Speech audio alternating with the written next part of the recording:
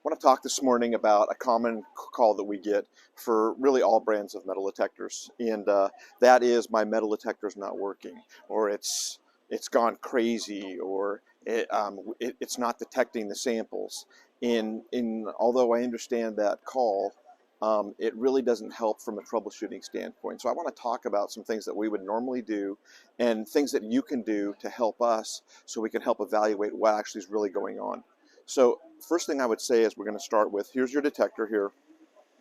This is a Cheya, of course, that we represent, but I want to talk specifically about a couple things.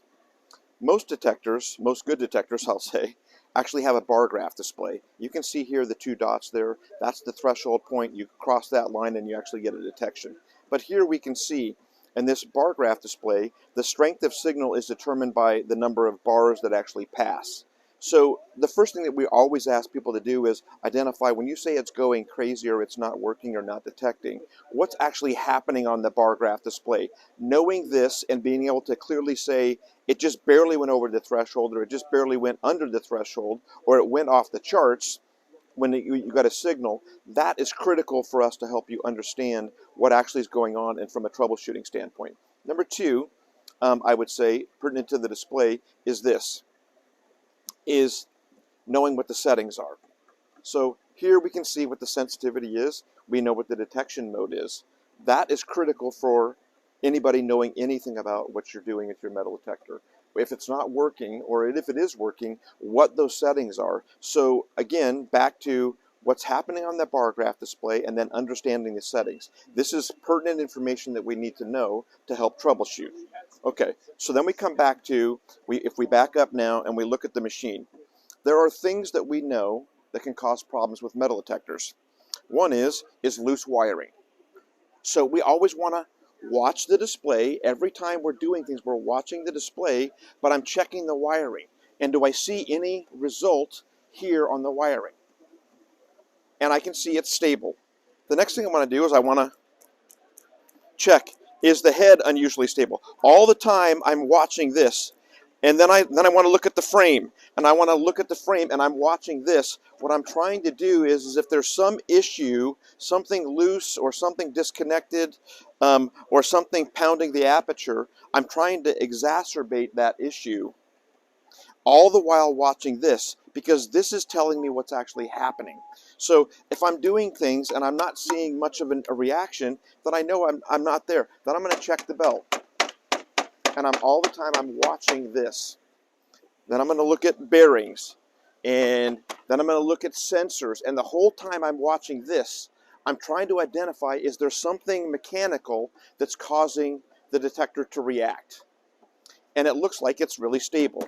And I'm going all the way around the frame, touching it, watching this. And that tells me that this is pretty stable.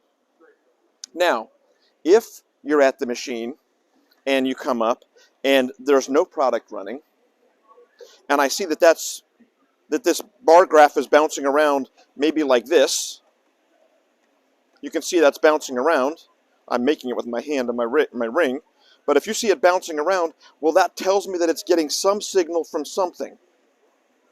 And so if that's bouncing around now and there's no product, I have something that's reacting in the electromagnetic field. So I'm trying to identify what that may be.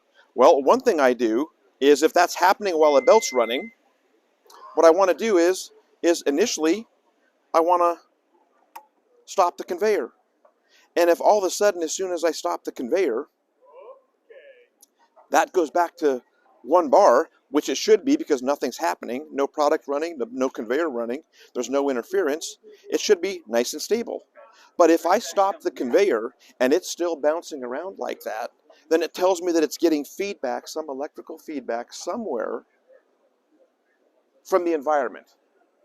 And now I have to figure out what that would be in the environment. But again, if I'm running, if my conveyor belt's running, and it's stable like that, I know that mechanically and electronically, everything is really, really in good shape. Now, if every so often I see this,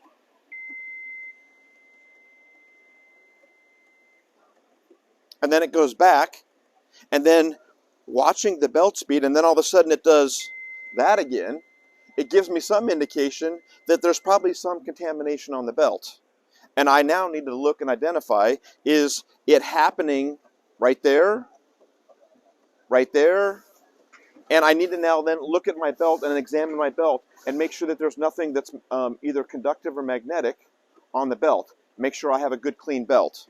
Again, a way you would identify and troubleshoot is if you stop and it all of a sudden is quiet, and then as soon as you turn the conveyor on, it starts bouncing around again. It's something mechanical. So these would be some troubleshooting steps I would do. Another thing that we always like to look for is things like this.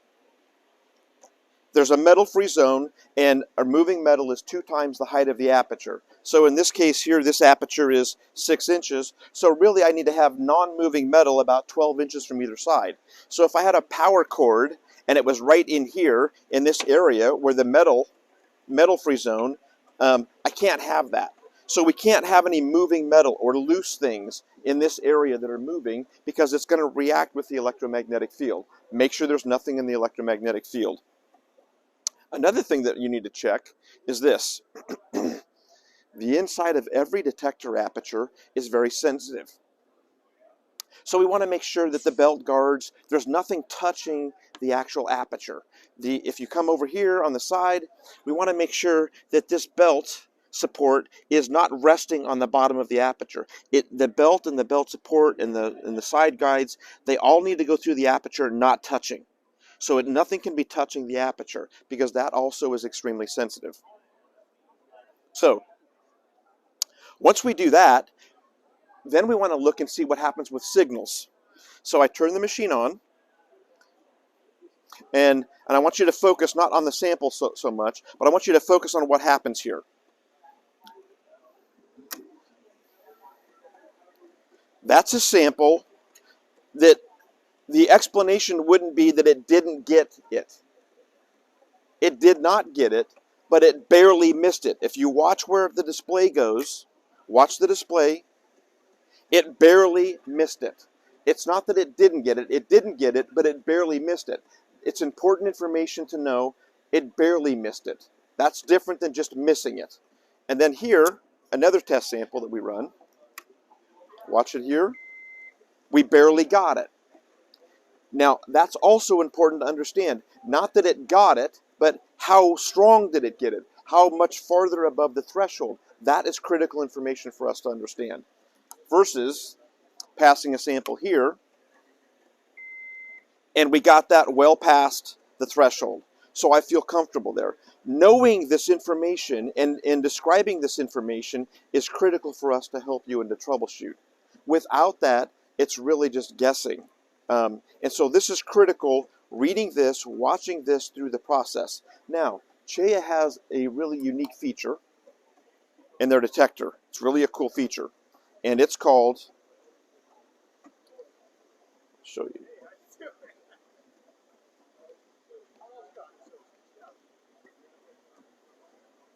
Compatibility check on the machine. So I can go to compatibility check and I can start this, and it says stop the belt. And it's a 4-step process. So what the machine is doing now is it's checking all the voltages and all the circuitry in the electromagnetic field. It's all functioning, and we're checking to make sure that everything is correct. If there's something wrong here, it's going to report that to me in the final analysis of this compatibility check. Step 2 now, what it's doing is it's actually going to turn the electromagnetic field off on the detector, but it's going to keep the antennas on. So now the antennas are looking for any kind of interference around the detector not created by the detector. So if you have electromagnetic interference or other interference that's interacting with that electromagnetic field, it's also going to show up in the second step. The third step is now it says start the belt. So now what it's doing is it's comparing the stability of the machine in the first test with everything on, but the belt stopped. Now it's comparing that to the conveyor running with all the mechanical things happening, movement, motors, drives, gearboxes, things like that.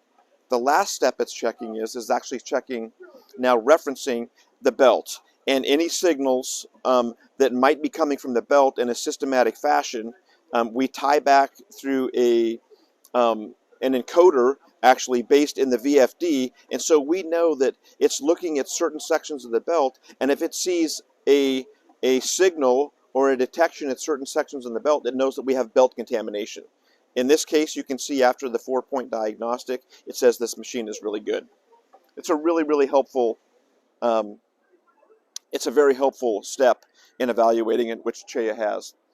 Lastly, I would say the reason you're watching this video is because you've probably made a phone call and said, hey, our machine's not working.